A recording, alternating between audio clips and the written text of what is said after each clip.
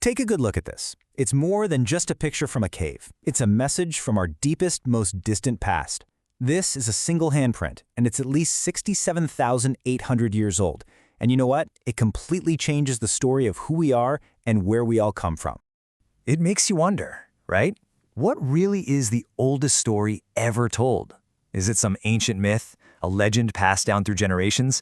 Or could it be something way more primal, more direct?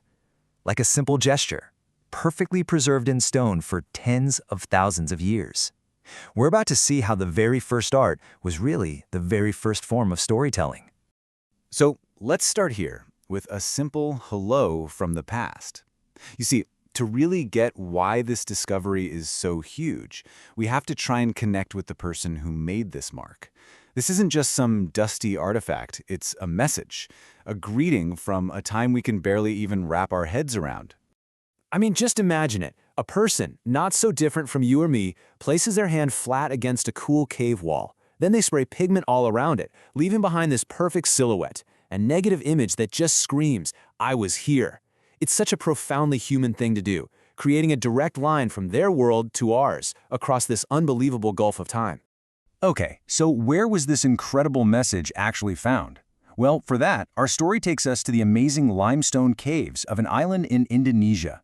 This is the scene of a truly world-changing discovery. The exact spot is the Liang Metanduno Cave, which is on Muna Island, just off the coast of Sulawesi. Now, what makes this so wild is that this particular part of Sulawesi has gotten way less archaeological attention than other spots on the island.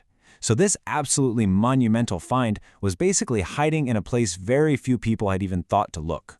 And now for the really cool detective work. I mean, how on earth do you figure out how old a painting is when it could be tens of thousands of years old? The science behind it is it's absolutely fascinating. You know, when you break it down, it's a beautifully simple process. So after the artists left their mark, water full of minerals seeped down the cave wall for thousands and thousands of years. And this water left behind a super thin, clear crust of calcite.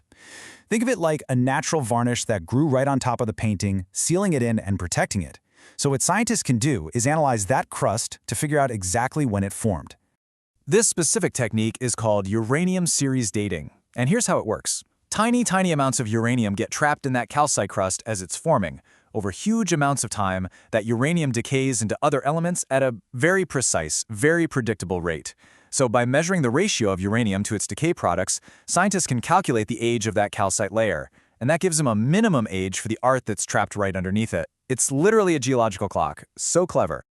Okay, so the scientists ran their tests. They read that geological clock, and the results, well, they were just staggering. This discovery didn't just break the old world record, it completely smashed it. 67,800 years.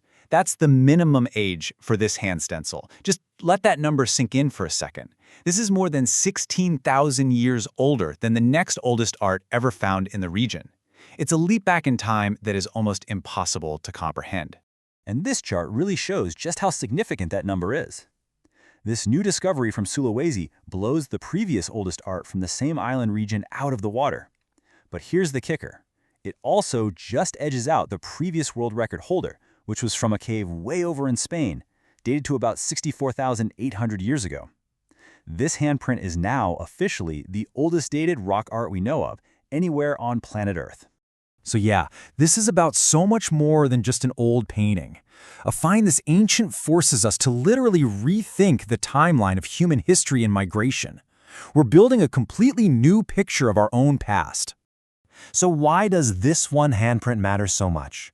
Because its incredible age gives us this critical piece of evidence in a really long-standing debate about how and when our ancestors populated the globe. Its existence in this specific place, at this specific time, it has massive implications. This timeline really spells it out. For a long time, the old theories suggested that humans first reached the ancient supercontinent of Sahul, that's basically modern-day Australia and New Guinea, around 50,000 years ago. But this handprint proves that people with complex symbolic culture were already living right on its doorstep in Sulawesi at least 67,800 years ago. This is incredibly strong support for the newer theory that humans made that final sea crossing to Sahul way earlier, probably around 65,000 years ago. But hold on, there's another amazing layer to this whole story. This wasn't just a simple, plain handprint. As the researchers pointed out, the artist did something deliberate, something creative.